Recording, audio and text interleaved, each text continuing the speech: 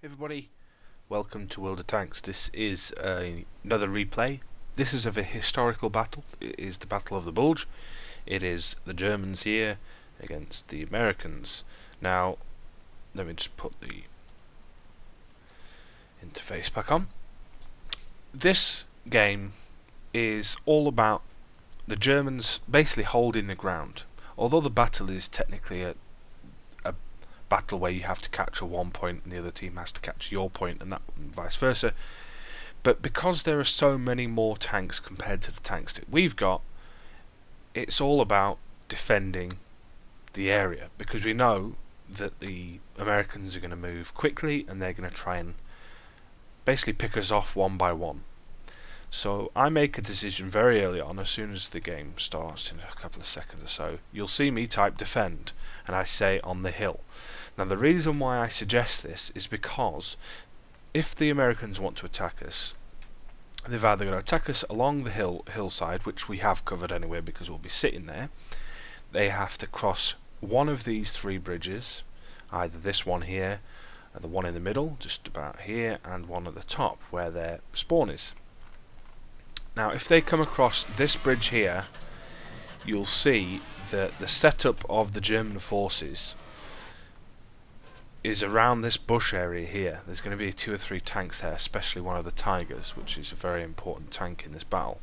Everyone else is either going to sit on this hill here, where I actually end up sitting. I sit around the middle location there, if you can see my mouse, and the others will move up on the other hill there and make sure that they're covered. Now, this is a fairly lengthy game because we literally all sit where we were supposed to sit, even though I never actually told anyone actually to sit where they were sitting. We all ended up covering a specific spot. Now I stop here for a second, but I realised I should move forward a little bit and cover the middle place here. Forgive the kind of turret sounds. They are pretty cool, but they're not really good for when you're trying to record stuff. So here we have, this is my Panther. It has the 75mm on it. It's 150 penetration with 135 damage, roughly. The Tiger 2 has got the top turret on, but it's only got the 88. I think it's the second 88, or it might even be the first 88. The Stugs, obviously, have got the Stugs. The Panther is the same as me, and the Panzer 4Hs have all got their 75mm. Now what I've noticed here is that these 3 guys here have decided they'll sit back, but they realise early on that they need to move forward towards this bush area to the right. Now the Americans are a little bit stupid here, because one of their Hellcats decides that he wants to move completely on his own, and you'll see in a second that he gets spotted fairly early on, and he gets away really, but he does a bit of damage. Well, he does no damage whatsoever, and we get a few shots off on him. Give it a few seconds. There we go. So the Hellcat, as you can see, is at 550, which means it hasn't got its 90mm weapon, and it's only got its 76mm. I think it's probably the M1A1, isn't it? I get a nice hit on it there. It actually gets away somehow, and it moves back, and eventually it will get shot down by something. Whatever it is.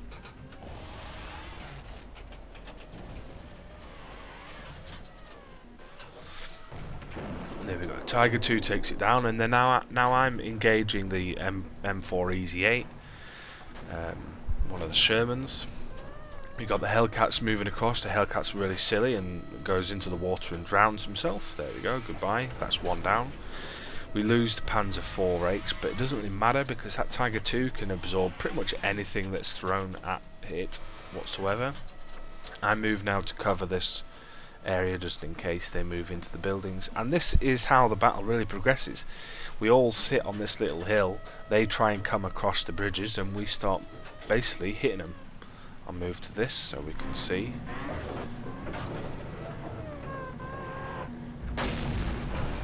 For Sherman gets a nice little hit. I zoom out, try and take the jumbo one.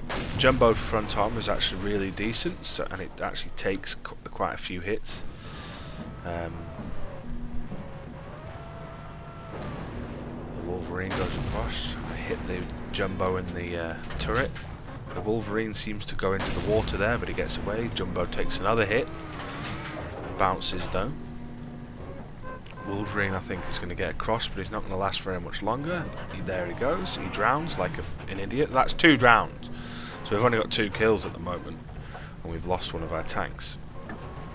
The Hellcat goes behind there. I can't see him. I try and take another hit, miss. It's a bit of a tight shot, that.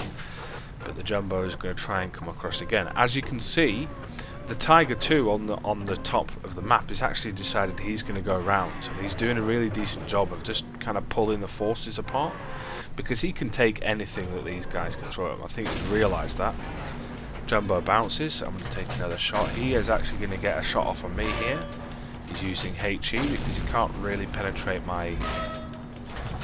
Actually, he did penetrate there. I got another penetrate from the Hellcat, so I'm going to move away. I'm now going to focus on the M4 Jumbo, which I don't actually do anything at all to this Jumbo. I just kind of just hit him in the front. I should really focus on something else, but I move the reticule out a little bit, but I don't seem to be able to do any kind of damage to him, and he finally gets taken out. I move back into my position to overlook. I'm going to take a shot at the Jumbo, which I get a nice shot. I'm going to switch to gold because I know that I'm not going to be able to penetrate his front armour. So I switch to this gold round, and I basically kill him. So there we have it, really. The Tiger 2 decides that he's going to move up. There's nothing really that it can do about him. I'm going to do the same in a couple of minutes' time, after I've made sure that basically they can't hit me. Wolverine is in cover there, it can't be shot. Tiger 2 will probably kill him. There it goes. Panzer 4H gets taken down, but the other Tiger is going all the way around the other side. It's started to cap already. It destroys one of the tanks that's been trying to hit him. I'm going to move around, try and engage the Jacksons. I'm going to shoot on the run because although it's wasting the ammunition, I'm going to try and get through here. The Jacksons are also using the 76mm, I believe, because they can't actually do any real damage whatsoever. I think it's the 76. It may be that their Jacksons actually have the 90mm, because you'll see in a second that one of the Jacksons actually hits me and does a nice little bit of damage, but I think the damage that he does is from a gold round, if I'm not mistaken, so it could be that that's just the way it is. The other Tiger 2 is doing some serious work over on his side. You can't actually see him on the radio or on the map, so we're just going to move forward. These graphics actually are on high. These are on max. I've turned them on just for the replay because I thought, you know, why not have a nice little thing. So this is basically max settings, except I've turned motion blur off because I found it nauseating. But as you can see, it's very good looking. You know, if you zoom out too far though, the tanks get a bit blocky, but generally it's pretty good. So I'm going to engage the Jackson here. I missed my first shot, unfortunately, but the second shot should get him. There we go. He'll turn and take a shot at me, and this is where he sends the gold round right down my throat. 263 damage with a gold round, so I'm thinking he has the 90mm there. I'm not too sure. I'll have to find that out. I think it's the 90mm.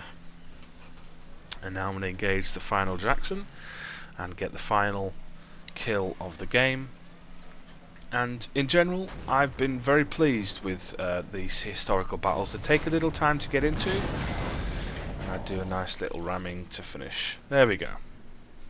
So let me just back it up a little bit.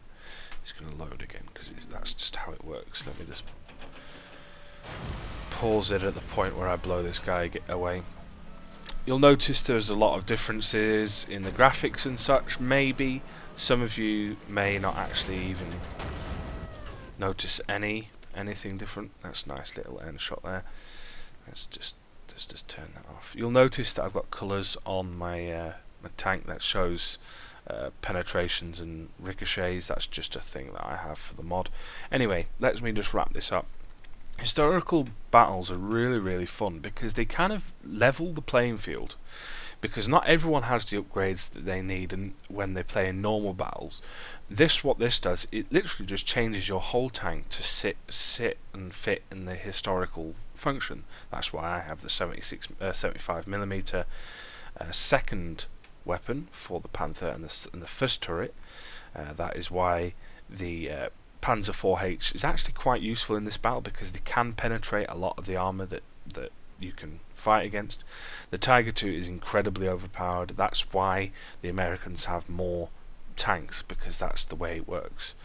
The more tanks the Americans have, the easier it then becomes for them. I've played where it's been like 15 against like 7. I think this is 7, isn't it? For 8, sorry. And we only had one Tiger II that time, and we got absolutely owned. Whereas if the addition of that Tiger II, I really do think makes the difference. Anyway, there are 3 historical battles going on. This is the Battle of the Bulge. There are a couple of other ones against the USSR and Germany, and they're all pretty good. They do take a lot of time, especially on the NA server, to actually get people in and playing, which is unfortunate. But in general, I've found that I've really enjoyed the game and the historical battles that I've been in. I've won a couple, I've lost a couple. Yeah, it's been alright. That's what I think of it anyway. I hope you've enjoyed this video and my analysis, as it were, and come back for some more. I've got plenty of videos on the old YouTube, so have a look. They're all the same kind of ilk. I'll be doing a lot more of these hopefully over the next couple of weeks. And if you don't see you again, thank you very much for stopping by. Let me know in the comments below any questions and such, and I'll see you next time. Bye bye.